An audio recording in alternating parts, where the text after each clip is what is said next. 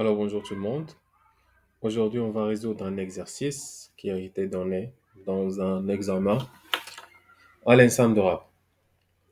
Alors ici, vous avez un système monté, ou bien comme il est montré dans la figure ci-dessous, il est supposé être équilibré avec 400 volts et la tension composée et la valeur des impédances, bien sûr, que vous avez ici Z1, Z2 et Z3, ils sont donnés comme suite.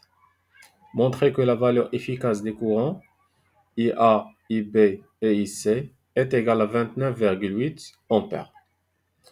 Très bien. Alors ici, j'ai mis le schéma pour pouvoir modifier là-dessus. Alors la première chose à faire pour résoudre n'importe quel exercice électrique, c'est de tracer les différents courants et les différentes, bien sûr, tensions. Alors déjà, il faut connaître que le courant IA, le courant que vous avez ici, bien sûr, il y a ici un nœud, là où il va se dériver. Il va se diviser en deux. Vous allez avoir bien sûr I2A et I3A.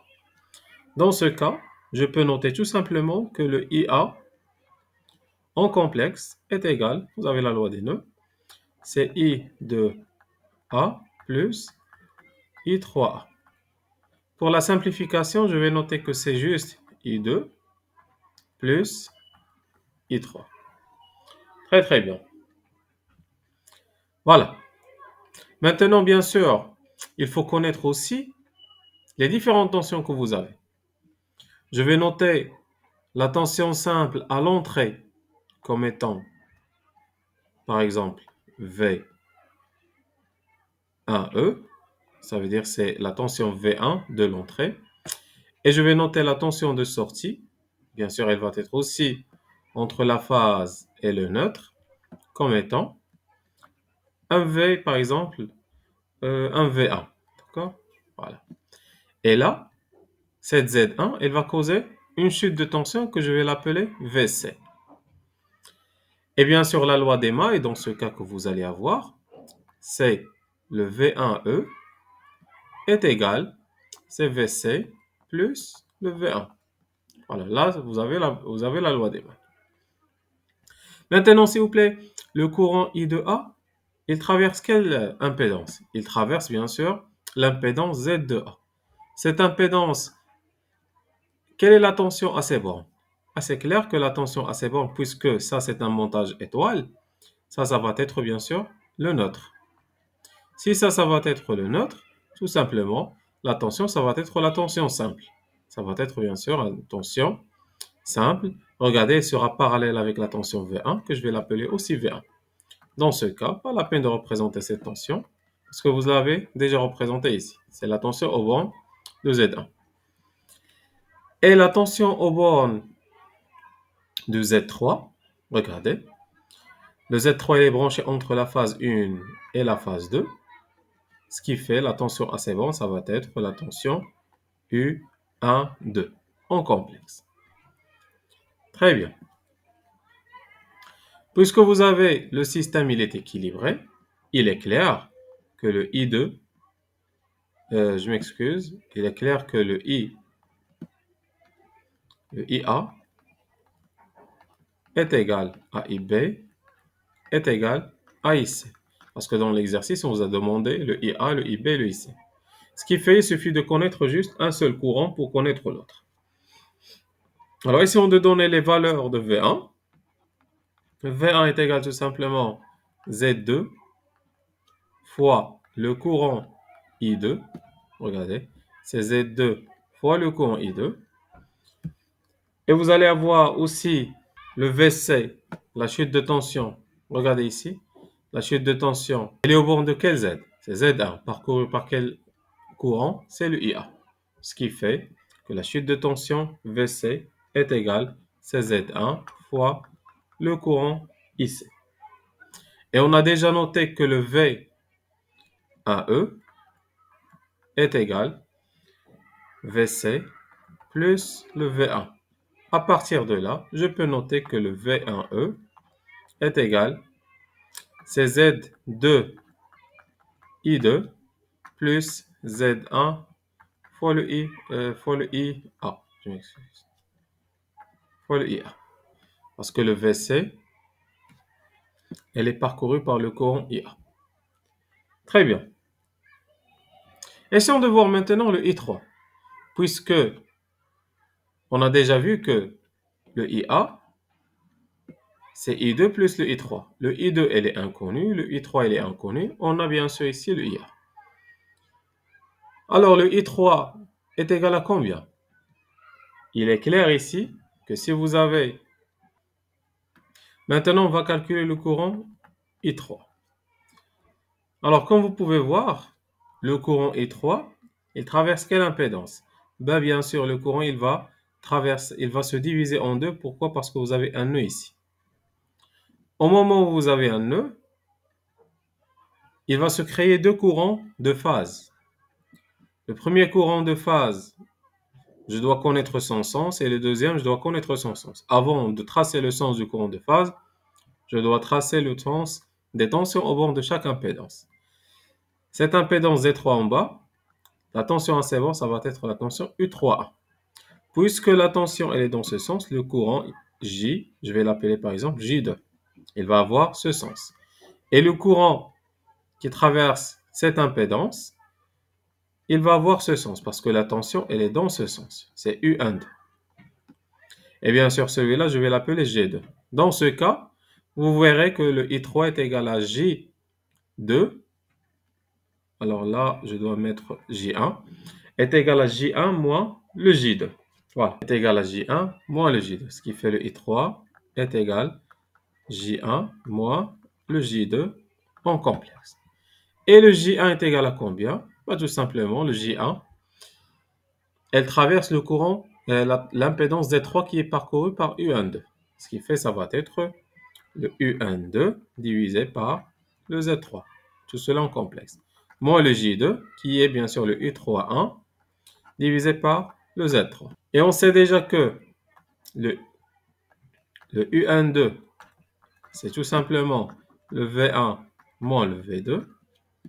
Et vous avez aussi le U31 qui est égal à V3 moins le V1.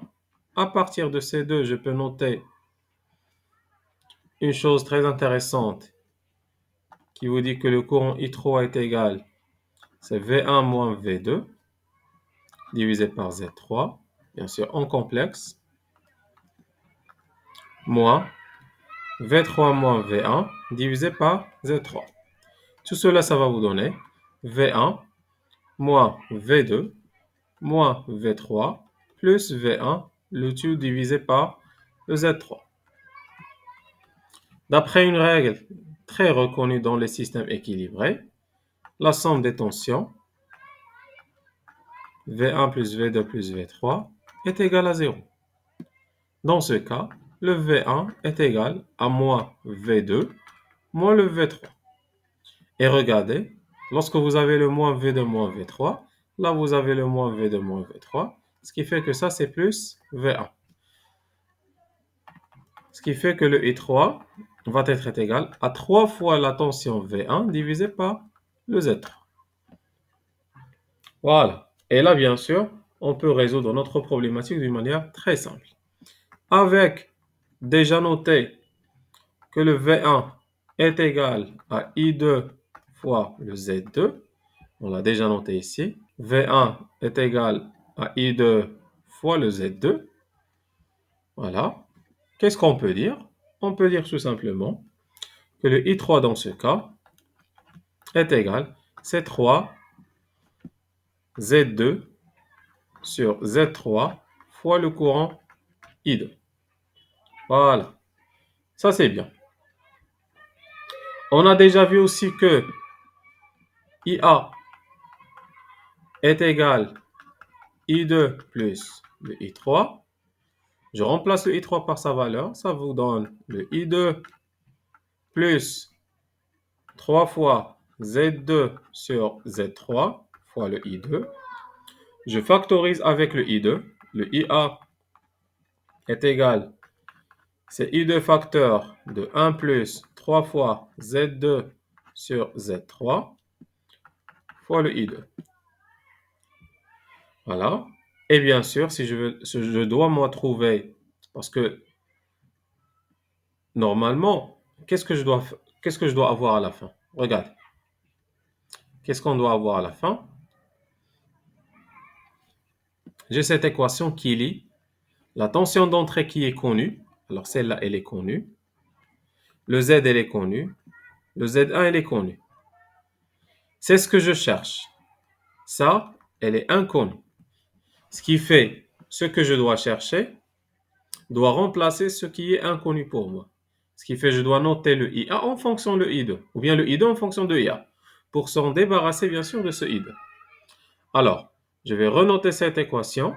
On sait que le V1E est égal, c'est Z1 IA plus Z2 I2. Je dois me débarrasser de I2 en mettant IA.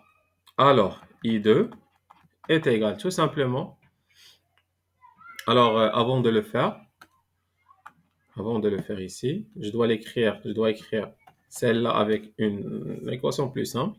Alors, IA est égal I2, facteur de Z3 plus 3Z2, le tout sur Z3, voilà, et celle-là fois I2. Pourquoi j'ai fait I2? Non, ici, bien sûr, j'aurais plus le I2 ici, voilà, parce que j'ai factorisé avec ici. Je l'ai factorisé avec ici. Voilà. À partir de là, on peut écrire tout simplement que I2 est égal à IA et j'inverse. Ça va être bien sûr le Z3 divisé par le Z3 plus 3 fois le Z2. Et maintenant, je la remplace ici dans le I2. À partir de là, je peux écrire que le V1E est égal, c'est Z1 fois AI1, le Z1 fois le I1 en complexe, plus Z2 fois le Z3, divisé par Z3 plus 3 fois Z2, le tout fois IA. Et maintenant, je factorise avec le IA. Regardez, les choses deviennent simples. Si je factorise avec le IA, elle va vous donner est égal IA facteur de Z1 K Z1 plus Z2 Z3, le tout sur Z3 plus 3 fois le Z2. Voilà. Et bien sûr, vous cherchez le IA. Moi, je cherche le IA. Alors, IA tout simplement, ça va être le V1E divisé par ça. Ce qui fait fois 1 sur Z1 plus Z2, Z3, le tout sur Z3 plus 3 fois Z2, le tout en complexe. Et voilà. C'est ce que vous allez trouver à la fin. Alors, si on trouve le module, ben, la valeur, elle sera très simple. Alors, essayons de calculer cette valeur. Regardez, s'il vous plaît. Vous avez Z2. On va chercher ici dans l'exercice. Alors, ça va être Z1 plus. Alors, regardez, Z1 plus. Le Z1, c'est 0,5 plus J. Alors, j'ai ici déjà un logiciel qui me permet de calculer. Alors, je vais faire 1 sur, vous avez premièrement le Z1 qui est 0,5 plus le I, d'accord? Plus quoi? D'après l'équation qu'on a déjà calculée. Plus Z2 fois Z3 sur Z3 plus 3 fois Z2. Alors, le Z2 est égal à combien? Regardez. 15 plus J8. Alors, c'est 15 plus J8. Je vais faire plus, entre parenthèses, 15 plus 8 fois I. D'accord? Je vais ajouter des parenthèses ici. Là, je vais ajouter des parenthèses pour faire le produit. Alors, comment je vais faire? Attendez. Alors, plus, un autre parenthèse, 15 plus 8i, multiplié fois, un autre parenthèse, multiplié fois le Z3. Le Z3 est égal 30 moins 12J. 30, vous avez 30 moins 12J. Et bien sûr, tout cela, ces deux, ils sont divisés. Ces deux-là, ils sont divisés sur, regardez, ils sont divisés sur Z3 plus 3 fois Z2. Z3, c'est ça, 3 fois Z2. Alors, Z3 divisé par Z3 qui est 30 moins 12 i plus 3 fois, alors je vais faire 3, facteur de Z2 qui est 15 plus 8i. Voilà, je vais calculer. Tout cela est égal à combien? Tout cela, vous pouvez le faire avec votre calculatrice. Ça va être très simple. Il n'y a pas de complexité là-dessus. Alors, essayons de revérifier la notation que j'ai mise ici. Vous aviez, voilà, 1 sur Z1 plus Z2 fois Z3, le tout divisé par Z3, le tout divisé par Z3 plus 3 fois Z2. Voilà, vous avez le Z3 qui est 30 moins 11i. Alors, voici la solution que vous allez obtenir. Alors, je vais l'écrire, c'est 0,128. Ça va être... Alors, comment l'écrire? Attendez. 0,128. Alors, ça va être le IA est égal à V1E, facteur de 0,128. Et la partie imaginaire, c'est moins 0,010. Moins 0,010 J. Bien, moi, qu'est-ce que je vais trouver? Le IA. Le IA, ce n'est que le module. Alors, le module de V1, ça va être le V1E, tout simplement. Et le module de celle-là, c'est la racine 0,128 au carré plus 0,01 au carré. On va le calculer. Alors, cette valeur, tout simplement, elle va vous donner que IA est égal à V1E fois 0,128,1. Et le V1E, ce n'est que le 400 divisé par la racine de 3. D'accord? 400 divisé par la racine de 3. Tout cela va vous donner est égal tout simplement 0,128 fois 230. Et la valeur, vous aurez, si vous prenez les valeurs après la virgule, ça va être 29,4. Et bien sûr, si je prends tous les chiffres après la virgule, ça va être 29, presque 7 ou bien le 8. D'accord? Voilà, en ampères. Et voici le résultat, s'il vous plaît, le résultat final. Si vous prenez tous les chiffres après la virgule, vous calculez le module par votre calculatrice, vous allez avoir quelque chose qui est proche à ce qui était énoncé ici.